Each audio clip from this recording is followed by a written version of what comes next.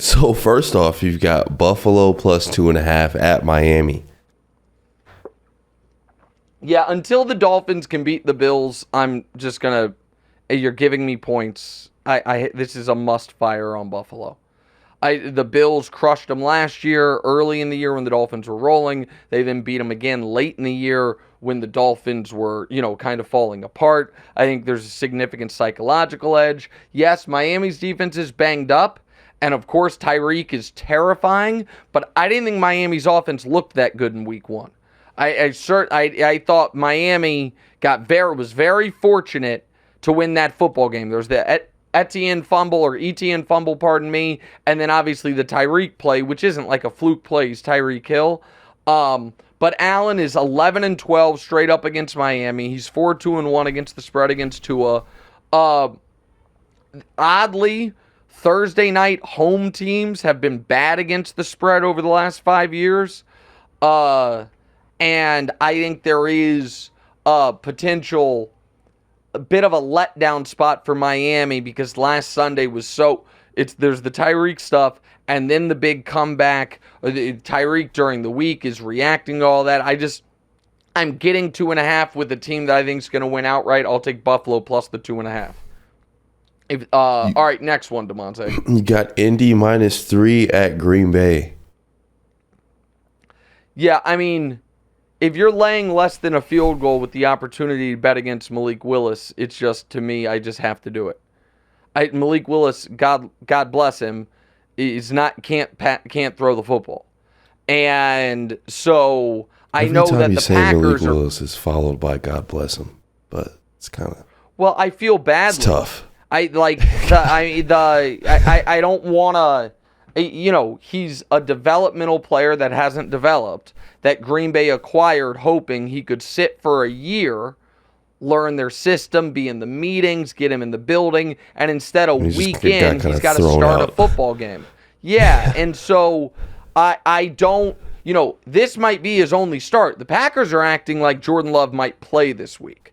Now, I don't buy that at all. If Jordan Love plays, obviously, this line shifts massively, but I also think if they officially rule him out, that the line moves against me. So I'll just lay the 3 right now. I think it would be insane to play Jordan Love this week. Yeah. Like, that maybe you can play him a week from now, but I think you probably sit him the next 2 weeks. You have the Colts, then you have the Titans, and if there's anybody Malik Willis can beat in a football game, it's Will Levis, his former teammate.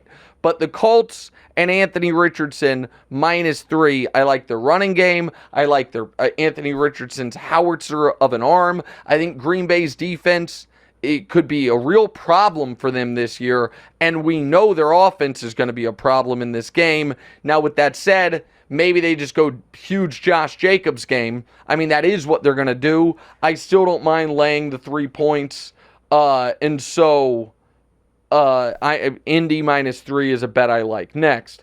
Seattle minus 3.5 at New England. All right, so listen. This is going to be the square side of the bet. See, there's a lot of there's a lot of stuff that says if you're going to bet it, you got to bet New England. It's the dreaded West Coast team going all the way east, playing at 1 o'clock. So that, 10 a.m. to their bodies. That part's not great. Seattle's interior of their offensive line did just give up 2 sacks. 2 safeties in one football game. New England's defense is good. You're getting a team at home getting more than 3 points. I understand all of that. The reason I am on Seattle is because I am not letting week 1 change fundamentally my big picture thoughts on the season. Now, that's why I feel like it's the sharper side of the bet instead of the square. Okay, maybe. You mean because people are going to be overreacting to the Patriots? To New England beating Cincinnati last week, yeah. So maybe 3.5 I guess is that's a little number for Seattle. I feel like if you know what Seattle is, and I don't know, yeah. I think you make a good point. Listen, what I was going to say there was one of my thoughts going into the year was the Patriots are one of the 4 worst teams in football. I still believe that. They are playing a team that is going to be, alive for the playoffs throughout the year. You know what I mean? Seattle's not a great team, but they're not a bad team. So even though I hate the laying more than a field goal for a West Coast team coming east for a 1 o'clock game, I think Seattle is pretty good everywhere except for on the interior of their offensive line. And while Christian Gonzalez might be able to take away 1 receiving option for Seattle, Seattle's got 3 legitimate receiving options in DK, Jackson, Smith, and Njigba, and obviously Lockett. So I'll lay the 3.5 with Seattle. Next. They cash at 17. Chicago plus 6 at Houston. What do you mean? Oh, I'm saying I made they'll cover. Mistake with the Cincinnati I think they'll game. cover at 17, 20 points. 20, I think definitely. 17, 13 would cover there. All right, so I've got Chicago getting 6 at Houston. I just don't think these two teams are that big of a difference talent-wise. Now, I got to watch the Chicago injury report. I understand that. But I think Chicago's defense is better than Houston's defense. I think Houston's offense is better than Chicago's offense. I think that this should be Houston by 4. It's Houston by 6. So I'll take Chicago plus the points. I think Caleb is going to bounce back to a degree. Also, I could be wrong. I'm going to look this up. I don't think CJ, as great as he was last year, I don't think they blew a lot of teams out. And I understand that 6 points isn't necessarily a blowout, but to cover, you got to beat teams by more than a touchdown.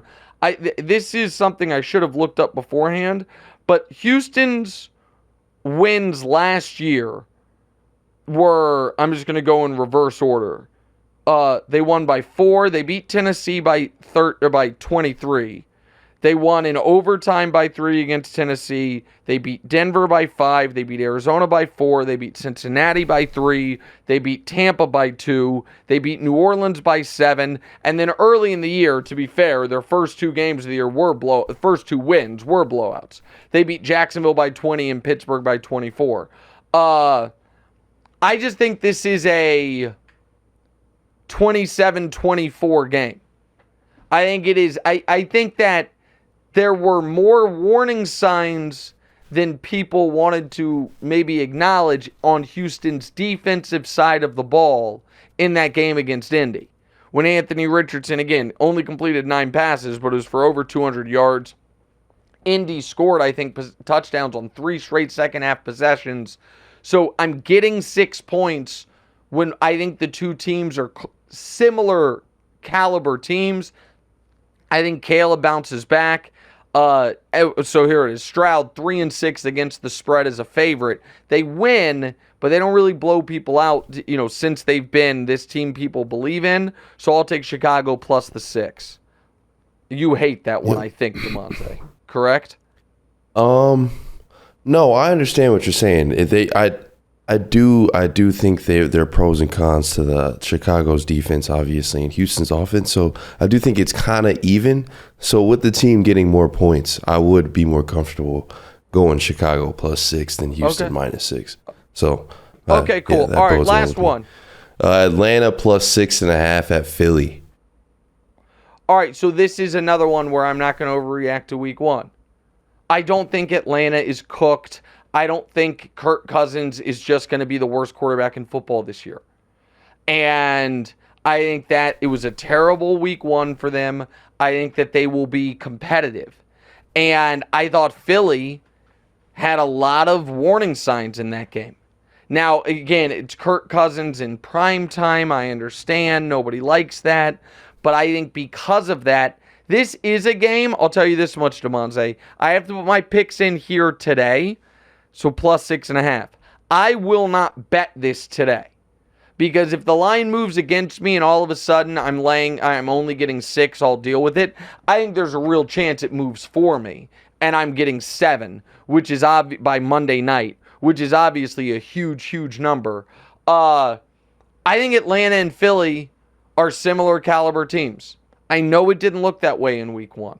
And so this is a similar situation as the one that Buffalo. we discussed earlier.